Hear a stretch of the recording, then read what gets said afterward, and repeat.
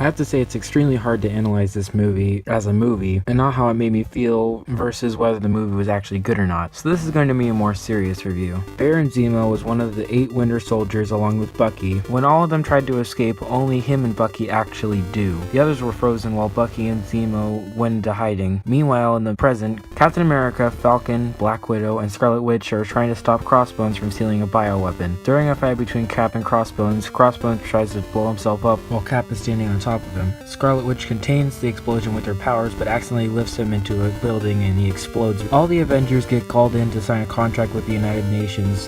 The government has control over the Avengers. Steve Rogers gets a text saying that Peggy Carter died. He goes to her funeral. Meanwhile, the UN is having a meeting with the King of Wakanda when a bomb goes off and the Winter Soldier is seen leaving. This angers T'Challa, Black Panther, and he goes after Bucky to avenge his father's death. After the chase with Captain America, Black Panther, and Bucky and the Falcon, they are all taken in and stripped of their weapons. Baron Zemo disguises himself as a doctor.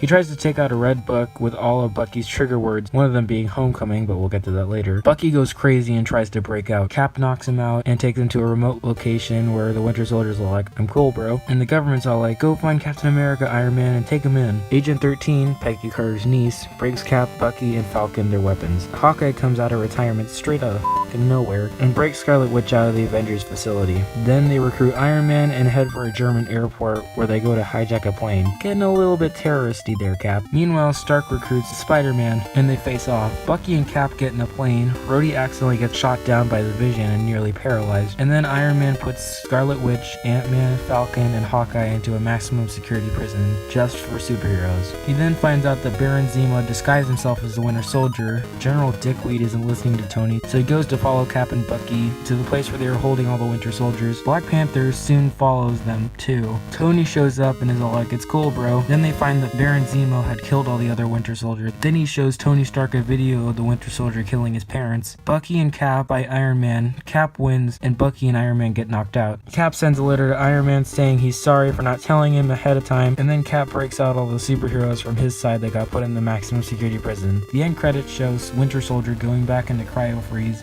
and Spider-Man having that flashlight thing with his logo on it shoot out from his web shooters. Okay, so Tom Holland was really good as Spider-Man. He was funny, he cracked jokes all the time, he acted like Spider-Man should. He's overall just a great Spider-Man. Black Panther was a great character. I'm gonna get into that later, but Black Panther overall, his suit was cool, his style of fighting was cool. He was overall just a really cool character. The airport battle. The airport battle was amazing. It was probably the best Marvel action scene I have seen in a long time, and it's probably the best so far. Cap's motivation.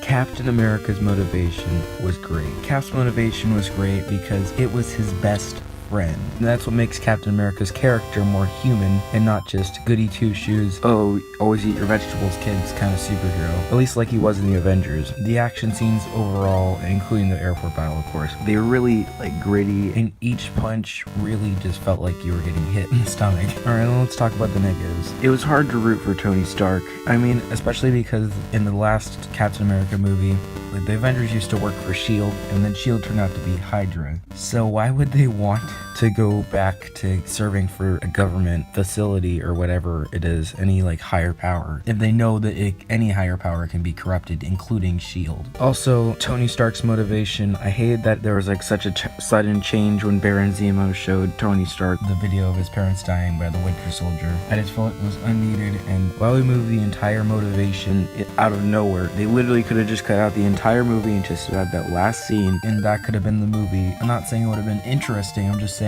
it would have been over in like 20 minutes. I'm just saying like they should have just stuck with the original motivation of the government trying to control the Avengers. The last one, my last nitpick I should say, because these aren't really big criticisms but they're just kind of nitpicks I have with the movie. Black Panther was rushed. Like, his dad dying, T'Chaka, him dying was kind of rushed. Overall the movie was pretty good and I definitely give it an A.